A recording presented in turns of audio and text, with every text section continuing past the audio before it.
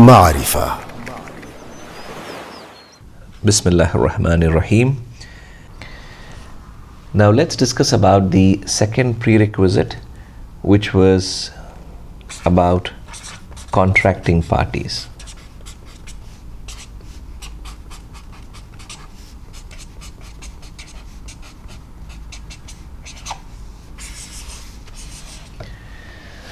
So if we are taking the same example, so these are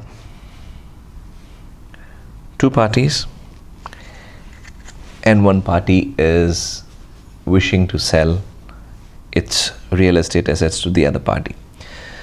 So what is the important point with respect to the contracting parties is that both these parties should have the legal capacity.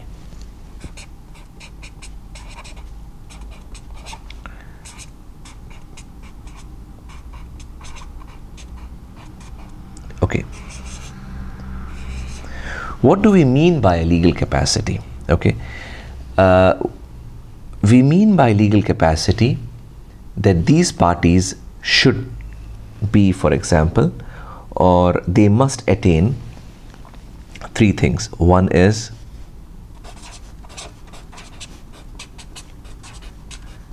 puberty, the other is maturity, right? And they both must be sane. So these are three important points generally which is considered when we say that the parties should have legal capacity to enter into a contract. Puberty, of course, is that a person needs to be physically mature to enter into a contract. Maturity here generally refers to according to jurists, maturity means good and proper dealing with wealth from a worldly point of view. And sane is, of course, that the mental capacity of the person has to be normal, okay, for that person to enter into a legal contract.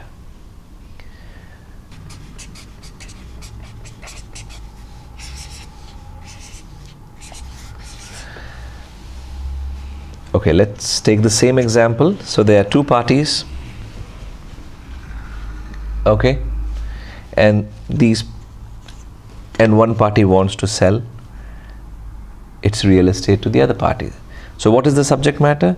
Here the subject matter. Now we need to understand that in a contract, the subject matter could either be a tangible asset, it could be a usufruct, or it could be services.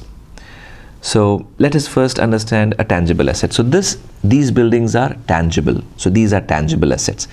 So if this seller wants to sell its real estate to a purchaser, then the subject matter here is a tangible asset, and it has to be Sharia compliant, meaning to say that this in itself needs to be Sharia compliant. A non-compliant asset cannot be a subject matter of a Sharia compliant contract. So these buildings are, for example, Sharia compliant. So therefore the seller is selling its compliant assets to the purchaser. Now this addresses the tangible assets. For example, in case of usufruct, so the subject matter could be three. One is the tangible assets. So we have understood that these are the tangible assets. So if the seller wants to sell its real estate to the purchaser, then these tangible assets could be sold, and these tangible assets are also Sharia compliant. In the second case, for example, in terms of usufruct, okay, in terms of the usufruct, now if this party wants to lease these buildings to party B, so what it means is that, as we know in Sharia, a lease is sale of a usufruct.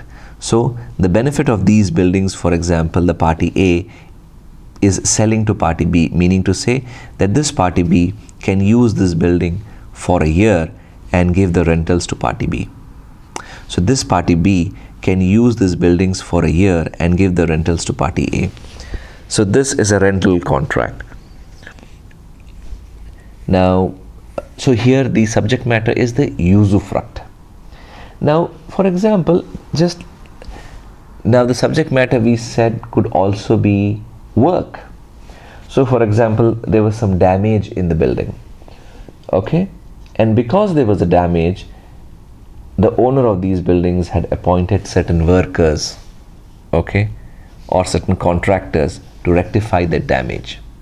So in that scenario, the contract between these two entities here will be that of work or a service, and the contract would say that the workers would rectify the damage, and for that rectification the owner of the assets would pay money to the contractors.